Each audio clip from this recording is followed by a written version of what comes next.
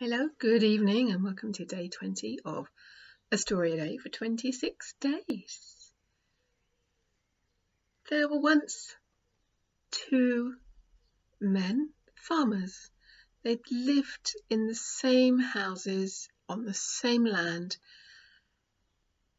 right up against each other's land. Their land bordered each other's. For longer than either of them could remember. I mean, they'd both got married near there. They'd been each other's best men. They'd brought up their families there. Their children were now long grown and off in the world doing whatever they were doing. And such was the time of their life that, sadly, both of their wives had died and were buried on their land. So they'd had a very long, close life, and for the most part they got on so well. There was never a bad word between them. They both raised cattle, dairy farmers, and one day there was a calf that Colin, one of the men, found on his land, and John was challenging him on this. His friend said, "It's one of my calves because I have a cow with exactly those markings. It must be one of my calves." And though the truth be told, it really mattered neither way, because there were places where the borders of the land really weren't separated in any way, shape or form, and you know, the herds mixed. So something obviously was deeper than the calf being the issue, but they fell out about it. They argued. Words were said that couldn't be unsaid, as is so often the case, and off each stomped to his respective home. And so this state of affairs continued. There was no longer the camaraderie, no longer the greetings, no longer the chats. Each just went about his own life in his own solitary fashion.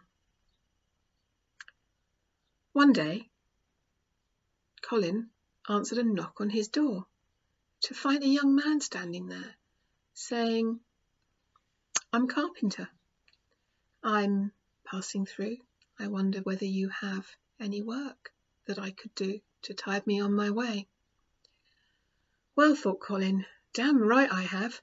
I've been wanting to get a 6-foot fence up between me and my neighbour ever since he went up to the pond that separates our land, dug a ditch down between our properties and let the water flow through it. So if he wants to put a stream between us, I want to put a fence between us.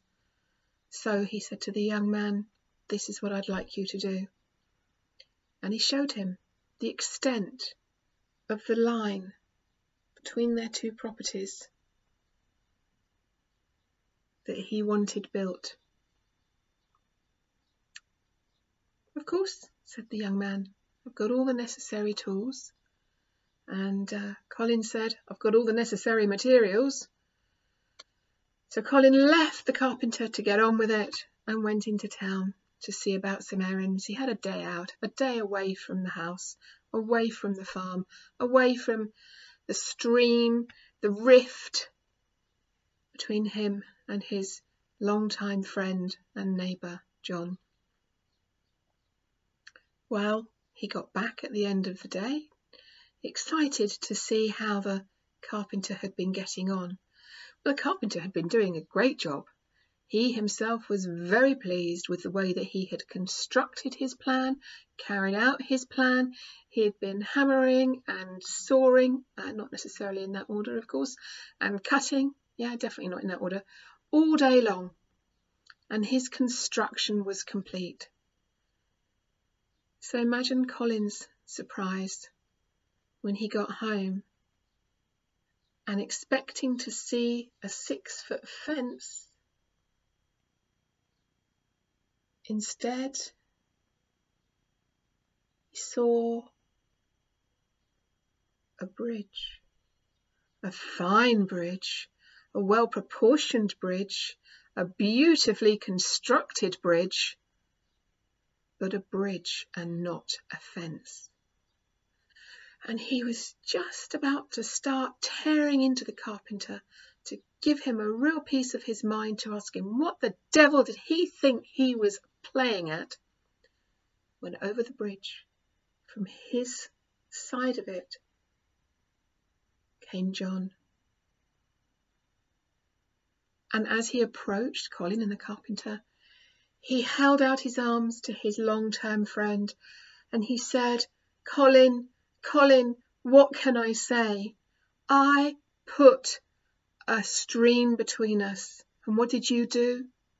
You built a bridge. I separated us. You brought us together. Colin couldn't take the credit.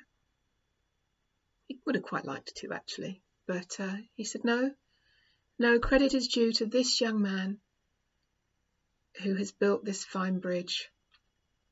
Well, everybody went indoors to Colin's house, got the beers open, sat down, started to have a good old chinwag, as you do. And Colin and John said to the young man, look, you've got great talent. We've both got so many jobs around here that need doing. Why don't you stay and do all this work for us that we have for you?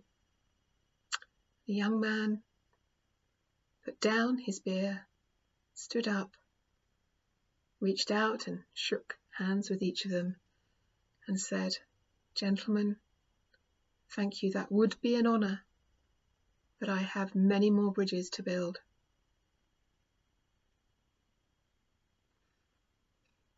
So there we are, that's this evening's story.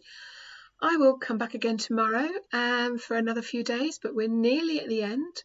I think that makes it 6 more days. If you're moved to contribute, to support the stories, to support the Stroke Association in all their good work, then you can do that at www.justgiving.com/fundraising/Sandra-Regan1. Great, thanks very much. Have a good evening now.